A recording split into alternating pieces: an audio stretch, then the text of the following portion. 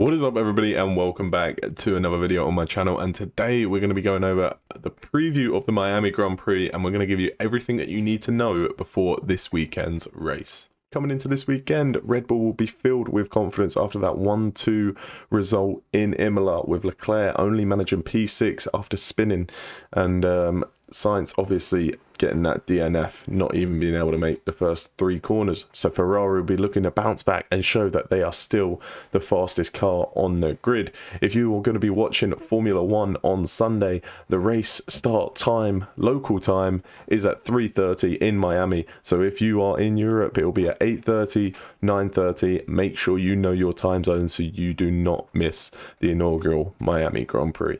As with every race weekend, fans get excited when there is potential of mixed weather racing. And looking at the conditions, there is potential that we could see rain in Miami, even though it's considered the Sunshine State. So on Saturday, for qualifying, there's a chance of thunderstorm in the late afternoon or evening, and it'll be a little windier. So the drivers will be struggling going into the braking zone, and we could have interchangeable weather in qualifying and the race, as on Sunday, it is likely to rain later on as well. So it's going to start at being sunny, but there is a 40% chance of thundery shower over Miami area during the race. So that could cause for a bit of mayhem, and especially on a street circuit like Miami, it's going to be our first time there, but it will be tight into the corners.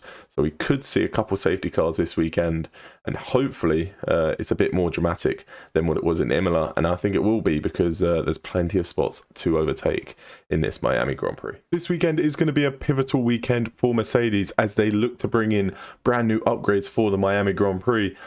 And if it manages to work out, then they can see themselves starting to move their way forward in the championship. But it has to work out this weekend.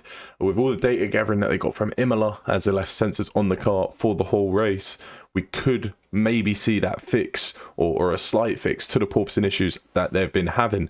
The main thing to look at this weekend is that rear wing of the W13. I think they're going to change the shape of that rear wing to try and limit the amount of porpoising that they're having, and to keep the downforce through the corners so they're not struggling and that much slower than Ferrari and Red Bull. It would be great to see Mercedes back up there. I know a lot of people are enjoying it, that they're having a bit more of a tough time this season. I'm happy that it's closer, but then again, I do want to see 3 teams fighting for the World Championship and not just 2. The more teams fighting for the championship, the better, you know. In a perfect world, all 10 teams fighting for it, they're all around the same pace. But if Mercedes have figured out some of their problems, then we could see them back up in that hunt for maybe podiums. I don't think race wins just yet, but if they can take a step in the right direction, that'll be a huge boost in confidence for the Mercedes team. The tyre compounds for this week is the C2, C3 and C4 tyres, and any concerns about lack of grip on the track should not be there, because they have been jet washing the track. There should be plenty of grip, plus they'll have 3 free practices before they get underway for qualifying and the race. Strategies will be interesting around this track. Obviously, we've never raced around here, so we don't know what it's going to be like, but it is a very high speed track. They're going to be running low downforce setups, and they're saying it's going to be pretty heavy on the right side tires, so be careful of the front right and the rear right, and those 2 tires are going to degrade faster than the lefts, so teams will be keeping an eye on that. And I think strategy might be coming on touch and go. You know, you have all that simulation data, but like you saw in Bahrain at the start of the season, these tyres can degrade quicker than you think. So it'll be interesting to see what tyre strategies happen. And once again, it could rain. You know, there is a 40% chance of rain. So this could be a very, very interesting Grand Prix, not just on racing, but also on strategy as well. And it could be the difference between getting no points or podiums, or even a race win if they're fighting up there for that. Now we are going to be going over my predictions for the Miami Grand Prix. We're going to be going over who I think will be the race winner, the other 2 people to reach the podium, and also my bold prediction for the race. The race winner, I have gone with Max Verstappen. He's won both races that he's finished so far, and I think that Red Bull car looks very, very good indeed. They showed in Imola that they probably have the fastest car on the grid, developing quicker than the Ferrari. And yeah, they look like they're going to be the team to beat this season. Obviously, Ferrari in the off-season got more wind tunnel time than Red Bull. But now that we're in the season, Red Bull are able to make those developments, likewise with Mercedes, but obviously Red Bull are clearly doing it a lot faster. And I've actually gone with a Red Bull 1-2 with Perez taking P2. I just think they look too strong at the moment, and on a high-speed track like this, we've seen how fast that Red Bull is in a straight line. I think they're going to be the team to beat. Verstappen's going to win. Perez is going to be that second-hand man to take P2 in behind. And now I'm sure all of you guys are thinking I'm going to predict Charles Leclerc to take P3. But I've actually gone with Lewis Hamilton.